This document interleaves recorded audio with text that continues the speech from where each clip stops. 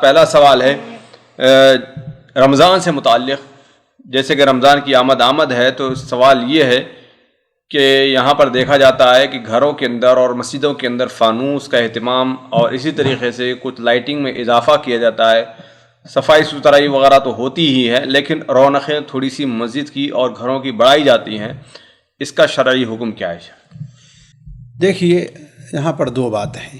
ایک بات تو یہ ہے کہ رمضان المبارک کا استقبال، اس میں یہ چیز قطعاً داخل نہیں ہے کہ گھروں کو مزین کیا جائے، گھروں کے کپڑے، چادریں اور لائٹیں اور جیسے ہوتا ہے فرنیچر وغیرہ بدلا جائے. یہ چیز اس کا رمضان کی آمد اور اس کے استقبال سے قطعاً نہیں ہے کہ نہیں. اس لیے کہ رمضان ان چیزوں کا یا عید کا موقع نہیں ہے، بلکہ رمضان کس کا موقع ہے؟ وہ عبادات کا ہے. اس لیے اس کا استقبال ویسے ہی کیا جائے جیسے ہمارے سلف کرتے رہتے ہیں، یعنی رمضان کی آمد پر خوش ہونا، اپنے آپ کو رمضان میں عبادت کرنے کے لیے ذہنی طور پر تیار ہونا، اپنے آپ کو جسمانی طور پر فارغ کر لینا، اور رمضان المبارک کا استقبال، اس میں جو عبادتیں مشروع ہیں ان کو ادا کر کے کرنا. یہ ہے اصل رمضان المبارک کا استقبال. اور یہی چیز آپ دیکھیں تو صحابہ کرام رضوان اللہ علیہم اجمعین اور سلف سے چلی آئی ہے، حتیٰ کہ ہم اپنے بچپن میں اور بڑے ہونے تک یہی کچھ دیکھتے رہے ہیں. یہ تو پہلی بات ہے. اس لیے اصل چیز یہ ہے کہ اسی پر باقی رہا جائے. ہر خیر اللہ تعالیٰ نے سلف اور صحابہ کی اتباع میں رکھی ہے، اور اس سے دور ہٹنا، اس سے الگ ہونا، یہ شر کا دروازہ لوگوں کے لیے کھول دینا ہے. آج لوگ عبادات میں رمضان کی وہ توجہ نہیں دیں گے جو اصل چیز ہے، تو اس کو دوسری چیزوں سے پورا کیا کرنا چاہتے ہیں کہ ہاں بھائی اس طریقے سے فضول خرچی اور جو ہے لائٹنگ اور یہ کر کے اپنی خوشیاں منا کر کے. تو یہ اصل خوشی نہیں ہے، یہ جاہلوں کی خوشی ہے. دوسری بات یہ ہے کہ جہاں تک رمضان المبارک کی مناسبت سے گھروں اور مسجدوں کو مزین کرنا، لائٹنگ کرنا، کس قسم کے لائٹیں اس میں لگانا، اور خاص طور پر یہ عرب دنیا میں یا کہاں دیکھا جا رہا ہے کہ قسم کا فانوس بنتا ہے نا، اس کو گھروں میں لگانا، یا دکان کا ایڈ دینا ہے تو اس کے اوپر لگانا. یہ ایسی چیز ہے کہ اولاً تو جیسا کہ پہلے ہم نے کہا یہ سلف سے ثابت نہیں ہے، لیکن اگر صرف اس کو اس دائرے میں لیا جائے کہ یہ عادات میں ہے، دائرے میں لیا جائے کہ یہ عادات میں ہے، تو کہا جا سکتا ہے کہ ہاں بھائی یہ چیز جائز ہوگی، لیکن اس کے لیے کچھ شرطیں رکھنی پڑیں گی. پہلی چیز تو یہ ہے کہ یہ اس کو کوئی انسان یہ نہ سمجھے کہ رمضان کی مناسبت سے ہم کریں گے تو ہمیں یہ ثواب ملے گا، یعنی اس میں عبادت کا کوئی عنصر شامل نہیں ہونا چاہیے. عبادت کا کوئی عنصر شامل نہیں ہونا چاہیے. صرف یہ ایک چیز ہے کہ ہاں بھائی یہ رمضان ہے، ہمیں خوشی سے ہم خوشی کا اظہار کرتے ہیں، ہمارے یہاں کوئی مہمان آتا ہے تو اظہار کر رہے ہیں، یعنی کوئی اس میں عبادت کا اور ثواب کا کوئی عنصر اس میں شامل نہ ہو. دوسری چیز یہ ہے کہ اس بارے میں فضول خرچی سے کام نہ لیا جائے. بہت سے لوگ قرضوں کے تلے دبے رہا کرتے ہیں، لوگوں کے رمضان صدقات اور خیرات کے منتظر رہتے ہیں، اور اپنے گھروں کو قیمتی بڑی بڑی قیمت دے کر کے ایسی چیزیں خرید کر کے لے آتے ہیں. ظاہر بات یہ چیز کیا ہوگی؟ فضول خرچی میں ہوگی. وَإِنَّ الْوَزِيرِينَ كَانُوا إِخْوَانَ الشَّيَاطِينِ، ہے کہ نہیں ہے؟ تیسری چیز علماء نے اس سلسلے میں یہ رکھی ہے کہ یہ چیز جو ہونی چاہیے، ان چیزوں کے ذریعے سے غیر قوم کی اس میں کسی قسم مشابہت نہیں ہونی چاہیے. کسی قسم کی مشابہت نہیں ہونی چاہیے کہ ہاں بھائی اسی قسم کی لائٹنگ اور اسی قسم کی چیزیں جو ہے وہ استعمال کرتے ہیں، لہذا ہم بھی ایسے ہی چیزیں لے آئیں.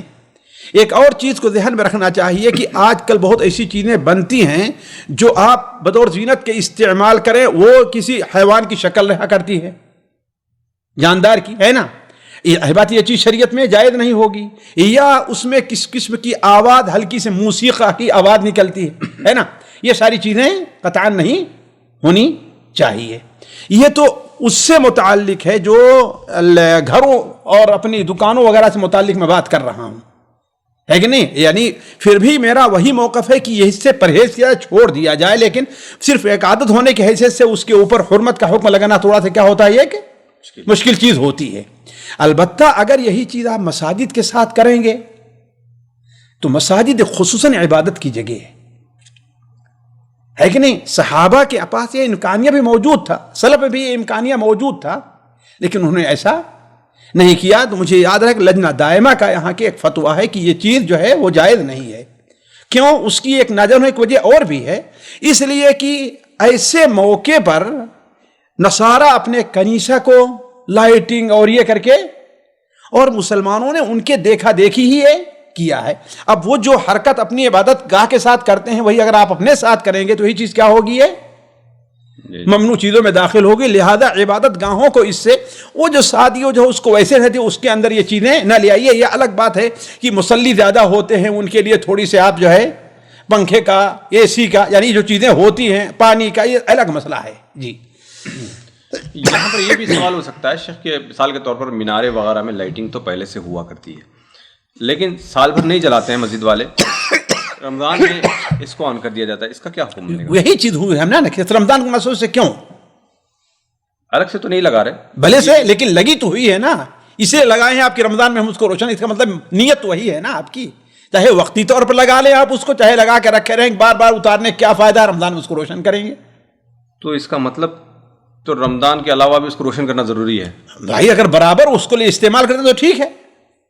نہیں, اب گھر میں بھی ہر چیز ہمیشہ تو نہیں چلتی بھائی. دیکھ لیے ہم نے جو بات کہی ہے نا کہ گھر کو آپ عبادت گاہوں سے الگ رکھیے. آپ عبادت گاہ کا ایک تعلق کیا ہے اور ہے.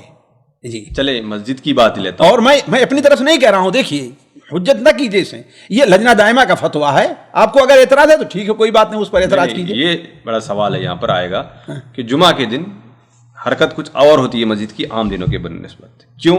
کیونکہ پبلک زیادہ ہوتی ہے, لائٹنگ بھی زیادہ ہوتی ہے, اور اہتمام بھی زیادہ ہوتا ہے.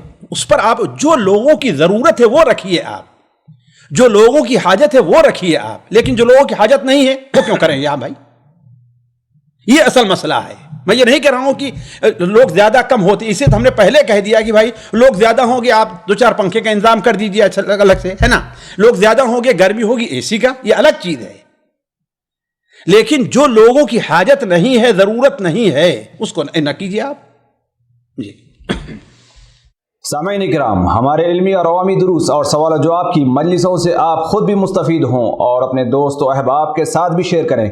عین ممکن ہے کہ آپ کے شیئر سے کسی کی اصلاح اور آپ کے لیے صدقہ جاریہ بن جائے. واٹس ایپ پر اسلامک میسج حاصل کرنے کے لیے نمبر نوٹ فرمائیں: یعقوب عزیز 00966 5089595707. واٹس ایپ سوال جو آپ گروپ میں ایڈ ہونے کے لیے نمبر نوٹ فرمائیں: عبدالسلام عمری 00966 502627 نمبر بھیجتے ہوئے نام اور پتہ ضرور لکھیں. اسی طرح ہمارے یوٹیوب چینل اسلامی دعویٰ کو ضرور سبسکرائب کریں تاکہ ہماری ہر نئی اور اہم ویڈیو کی اطلاع آپ کو فوری حاصل ہو جائے.